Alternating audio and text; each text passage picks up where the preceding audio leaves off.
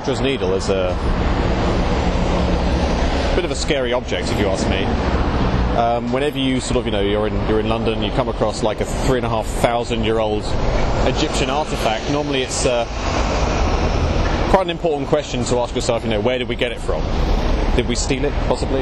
Well, if you look at the inscription, hopefully you'll be able to see this. It says no theft involved. Instead, through patriotic zeal. Brought here through patriotic zeal. Look at those fish.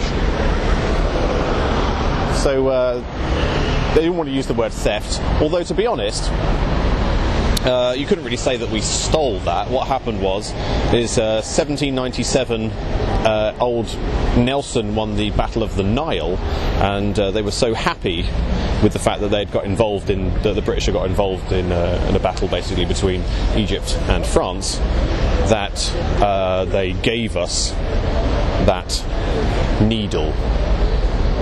And it's funny, put up there in 1878, the obelisk in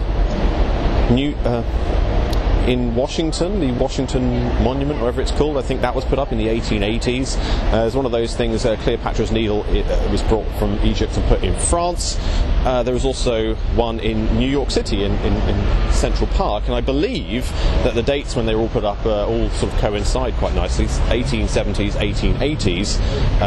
Correct me if I'm wrong on that, but if anybody else can dig up any more information about why these things might have gone up in these places at that particular date, that would be certainly interesting. I have to say I find Cleopatra's Needle highly suspicious, especially seeing it's here on the Victoria Embankment. So the River Thames is there.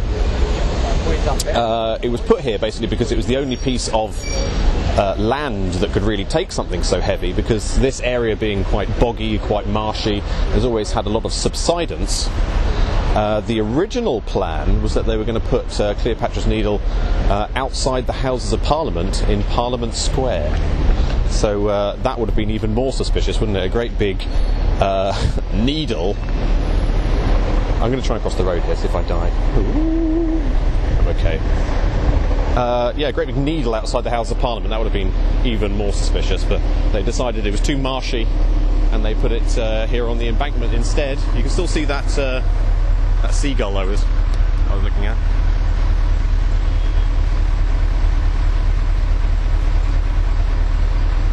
Yay!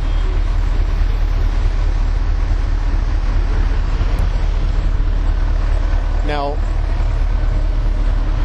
trying to work out where I'm going. Now, the British were involved in somebody else's battle, and they intervened and they sorted it out for them. Of course, a similar thing supposedly happening with Syria. I wanted to talk about a little piece of the propaganda that is in the news at the moment. Essentially what they're saying is the debate, let's call it, about Syria has turned from shall we arm them to who shall we arm?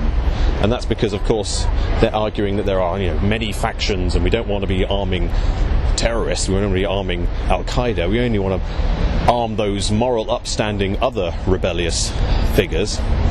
And I think what they've done is they've done a little number on us, and it's probably the simplest trick in the book.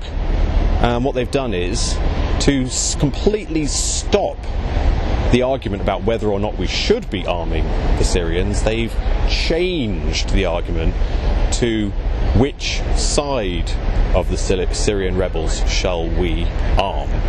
Now, a friend of mine, quite a new friend of mine, was saying to me the other day that if there's somebody up on stage and they are getting the crowd to clap, so when somebody's speaking and then people applaud them while they're speaking, that occasionally the speaker could actually say something while they're applauding, and they automatically and naturally accept that extra piece of information even though they weren't clapping it.